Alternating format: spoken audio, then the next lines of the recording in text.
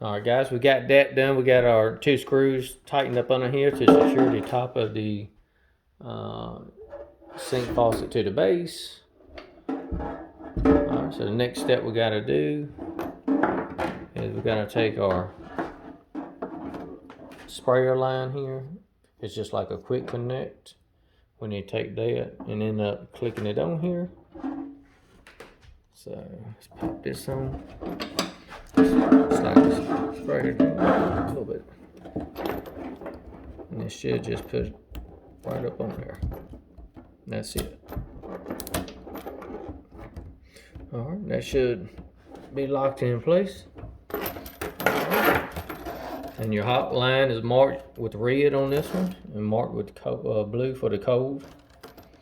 Alright, next thing we're going to do is we're going to do our soap dispenser. So we got a rubber washer here. Piece going to go on top. And we've got our threaded part here that's going to screw into the bottom here. So we're going to do that, and then you're going to tighten this nut up.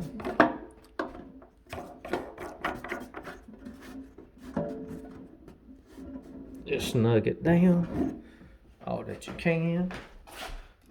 And then what you're going to do, you got your soap dispenser bottle, a little rubber washer on top. You don't have to take this thing off. A lot of people think you have to take it off to refill it, but you don't. So you just screw that on there. Then we actually have the dispenser here. So, and anytime you just drop it down in there. And as you can see, the tube runs all the way down into the bottom. So whenever you need to refill it, just pull the tube up, fill it with your soap.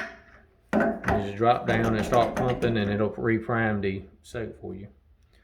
Alright guys, I think that's going to end this video out. Give it a like, subscribe. Look